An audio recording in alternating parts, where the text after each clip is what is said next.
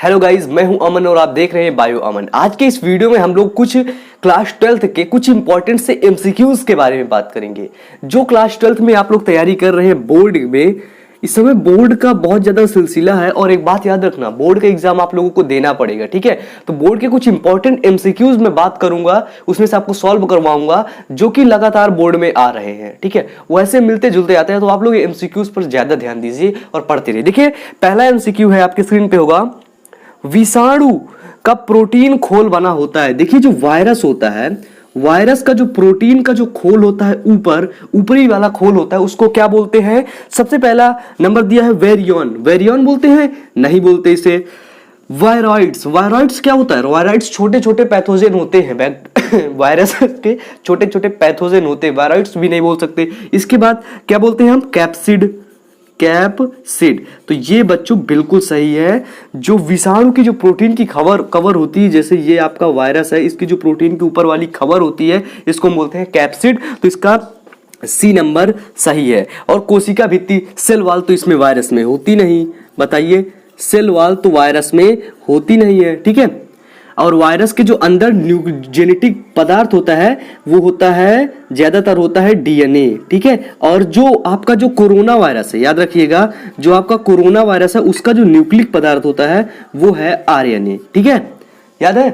ढेर सारे क्वेश्चन है, देखो कंफर्म हुए। वायरस कैप्सिड का मिला बना होता है, कोई सेल वॉल का नहीं होता है। इसके अंदर डीएनए और आरएनए दोनों पाए जाते हैं। जो कोरोना वायरस का जेनेटिक पदार्थ है वो होता है आरएनए, ठीक है। नेक्स्ट क्वेश्चन है कि आयोडीन है।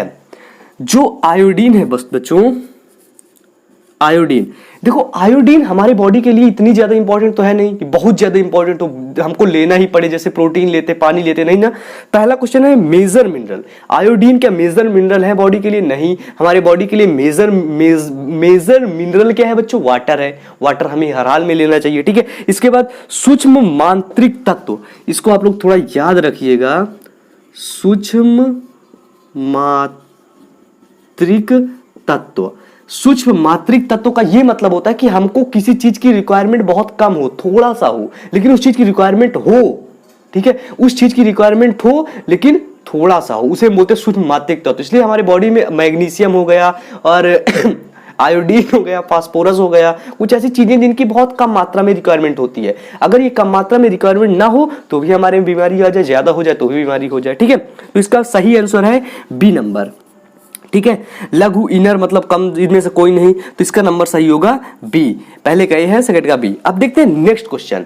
नेक्स्ट क्वेश्चन वेरी इंपॉर्टेंट है और ये क्लास 12th में कई बार पूछा जाता है, ठीक है। देखो, इसमें बोलता है, याद रखिएगा।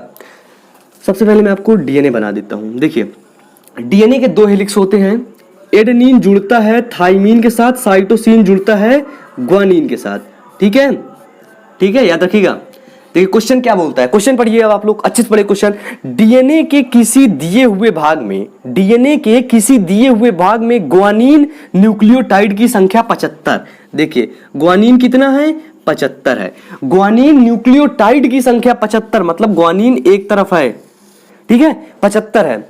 तथा थाइमीन की न्यूक्लियोटाइड की संख्या, थाइमीन की भी कितनी है? 75 है।